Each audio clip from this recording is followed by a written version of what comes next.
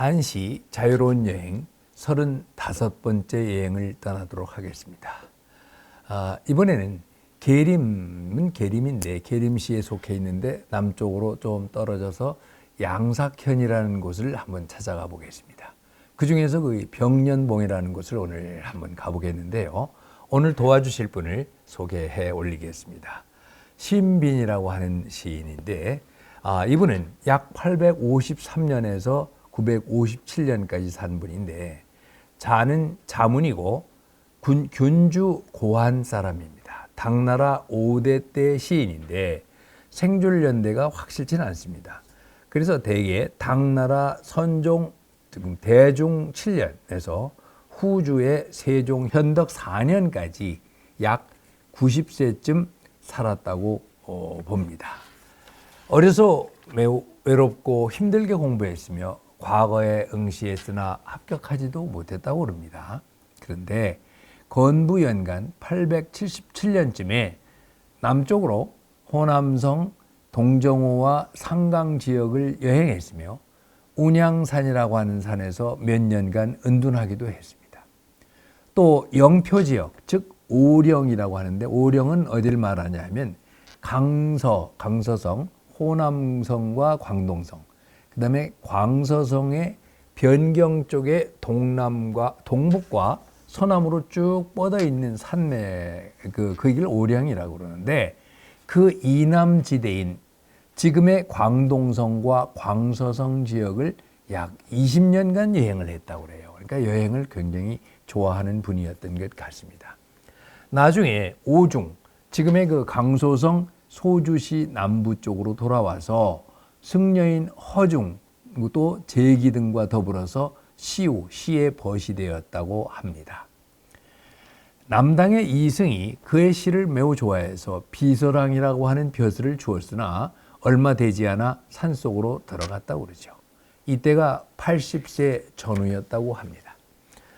신비는 탁월한 성품이 얽매임이 없고 그리고 호탕하며 시가 맑고 깨끗하다는 평을 받습니다. 자, 그러면 우리 신빈 선생이 쓴 양삭의 병년봉, 양삭병년봉이라고 하는 시를 한번 감상해 보겠는데요. 먼저 그 양삭 시를 해석하기 전에 양삭 또 병년봉 요거에 대해서 먼저 좀 소개를 해드리겠습니다. 양삭은 양삭현인데 광서 장족 자치구, 즉 계림시에 속해 있습니다. 광서성의 동북부, 계림시의 남쪽에 위치하고 있는데 동쪽으로는 공성현, 평락현과 인접해 있고 남쪽으로는 여포시와 서쪽으로는 영복현, 또 임계구와 그리고 북쪽으로는 영천현, 안산구와 접해 있습니다. 현성의 길이는 총 65km, 그리고 총 면적이 1436평방킬로미터입니다. 행정구역은 육진과 삼향으로 나뉘고 한족, 장족, 요족, 회족 등 11개의 그 소수민족이 살고 있습니다. 2020년 11월 1일 0시 기준으로 해서 양삭현의 인구는 대략 27만 3,124명으로 알려져 있습니다. 이 양삭현은 이강 풍경구, 이강이라고 아까 얘기 드렸죠. 그 계림의 유명한 강입니다.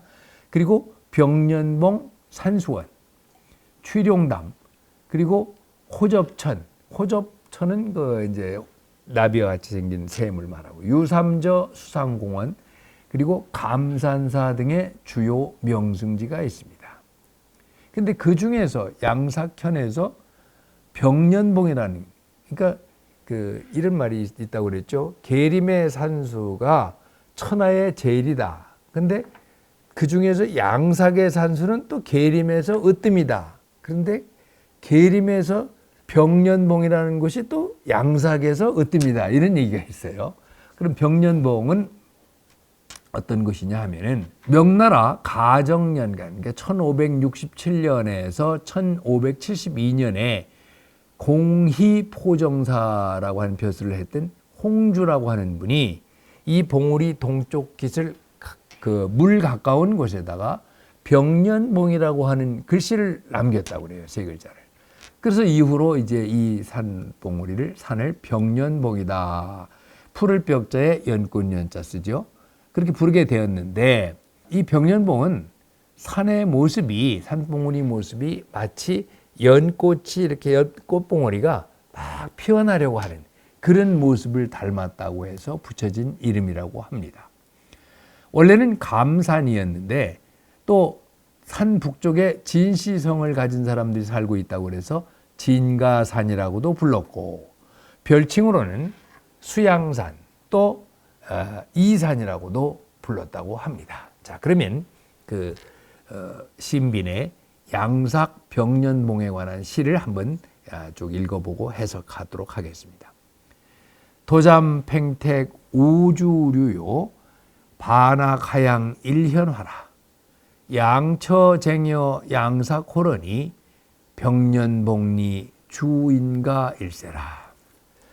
이 시는 네 구로 되어 있죠. 이것은 이런 시를 절구라고 그럽니다. 7자씩 되었기 때문에 7원절구이고요.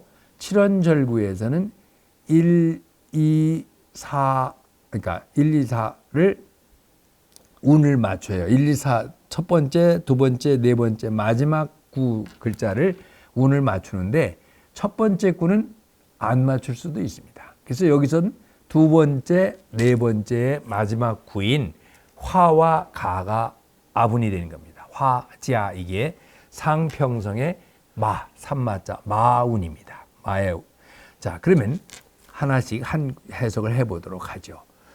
도잠 팽택 오주류 도잠 네 많이 들어보셨죠? 도잠은 누구냐 하면은 여러분들이 도연명으로 더 잘 아는 그분인데 365년에서 427년까지 산 중국 동진 시기에서 후기에서 남조 송대 초기까지 살았던 전원 시인입니다. 자가 원량이고 호가 연명입니다. 근데 도연명이라는 이름이 더 잘 알려져 있죠. 이름이 잠이에요. 도잠. 그런데 이분이 이제 그 오류 선생이라고도 불리며 시호는 정절, 도정절이라고 그럽니다. 그래서 도잠의 팽택은 뭐냐 하면은 팽택은 또 지명인데 강서성 지명에 있는 지명인데 도연명이 처음 벼슬한 곳이 팽택령, 팽택혈령을 지냈다고 그래요.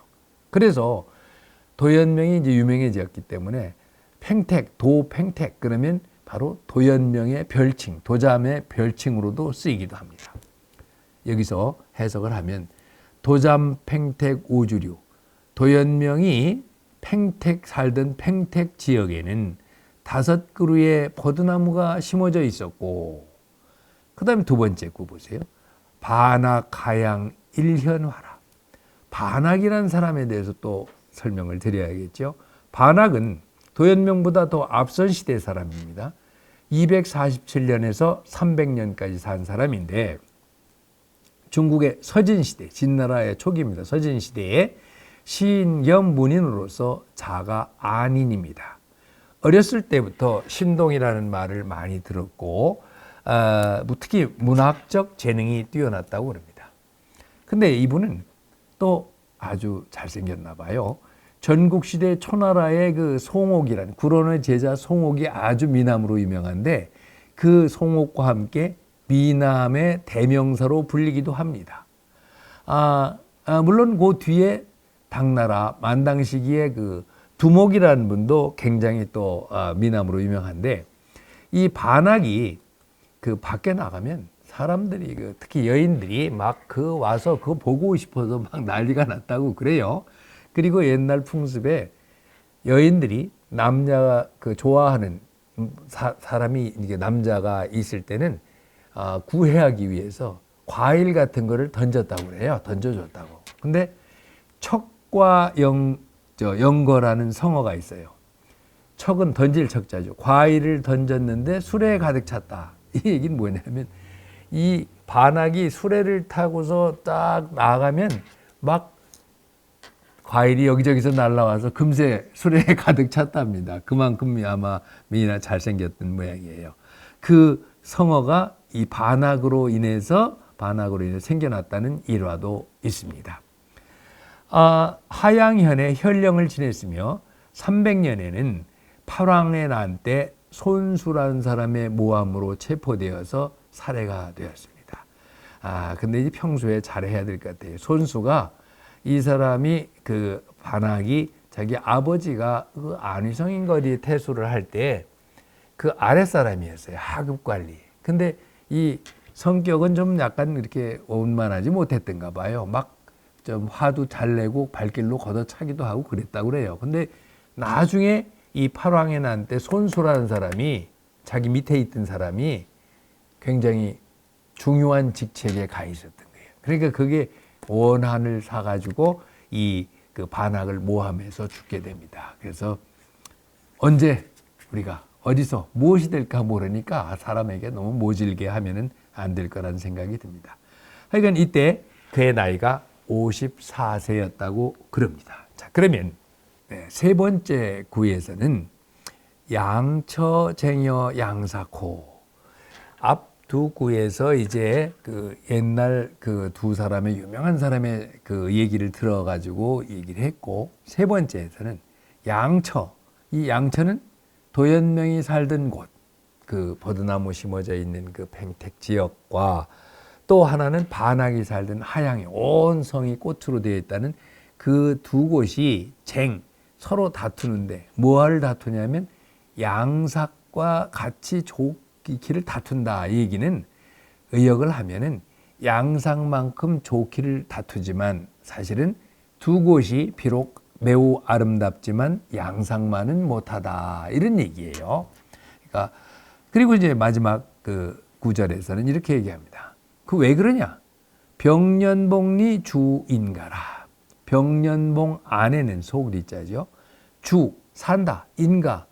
사람들이, 인가는 이때 사람이 사는 집을 말하는 게 아니에요. 사람이 산다 이런 거예요. 어떤 사람이? 그런 사람. 도연명이나 반악 같은 그런 사람 그냥 흔히 산다 여기에 이렇게 얘기를 하고 있습니다. 자, 그러면은 이 시를 전체적으로 감상을 한번 해보도록 하겠습니다. 이 시는 양삭의 병년봉을 찬미해서 노래한 칠언절구로 된 시입니다. 그리고 이 시가 병년봉의 석벽 위에 새겨져 있습니다.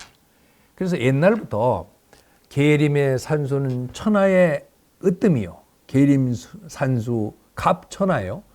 양삭 산수는 양삭 풍경 또는 양삭 산수는 계림에서 가장 으뜸이다. 그렇게 얘기를 많이 하고 있는데 이제 양삭 풍경 가운데서 병년봉이 또 최고라는 거죠.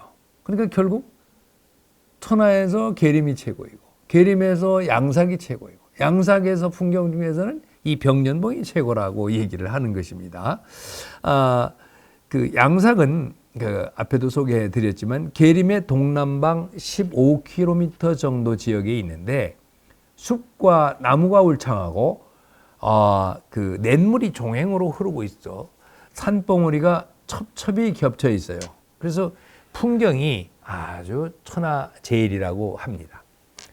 병년봉은 현성과 이 양삭현의 현성과 이강, 이렇게 거기 강이 흐르는 게 이강인데 이강 사이에 위치하고 있는데 여러 봉우리가 여러 층의 이제 시골 집들이 또 거기 좀 많이 있어요. 그걸 쌓아안고 있어요. 그래서 자연의 경관과 그 전원 풍경이 잘 조화되어 있는 곳입니다. 앞 두 구에서 이 앞에 보았듯이 도잠과 반악이라고 하는 두 분의 그 유명한 선연에 대한 얘기를 합니다. 그들이 거류하듯 멈추듯 살고 있던 곳이 아름답고 묘함을 많은 사람들이 칭송을 해오죠.